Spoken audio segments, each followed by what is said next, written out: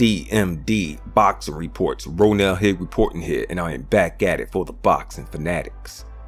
So Jeff Horn speaks on exposing Crawford toughness. Now, of course, they're pissed off because the fight they prepared for has been pushed back due to an injury suffered by Terence Crawford.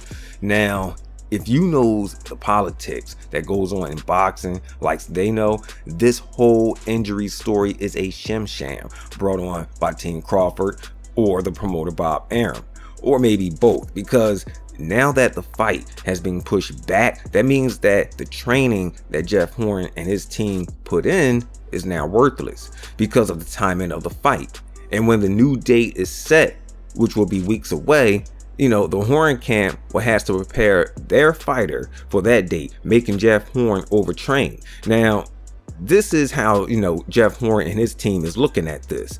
And this is another reason why they're so pissed off and calling Terence Crawford a princess, as to say he's Bob Arum's little princess, because Arum is setting the, you know, the date back, you know, giving Crawford an advantage over a overtrained Jeff Horn. Now, we all know that Jeff Horn, you know, already has an advantage over Terence Crawford, and that's his size. You know, yes, you know, Horn is the natural bigger man over Crawford.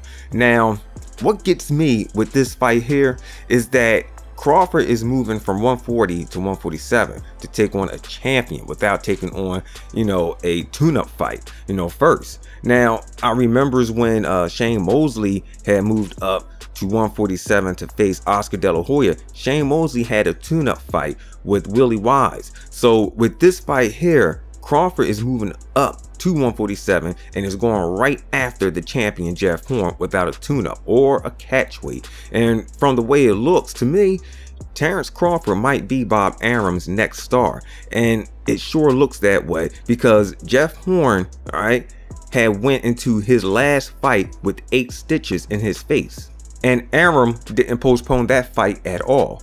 Jeff Horn team said that a hand injury shouldn't stop a fight from happening. You know, all he has to do is get injections, you know, in his hand. So to them, this whole hand injury is nothing but bluff. You know, to them, it's nothing more than to give Terence Crawford an advantage over an overtrained Jeff Horn. So that's how they're looking at this, you know, and this is what the name calling is all about.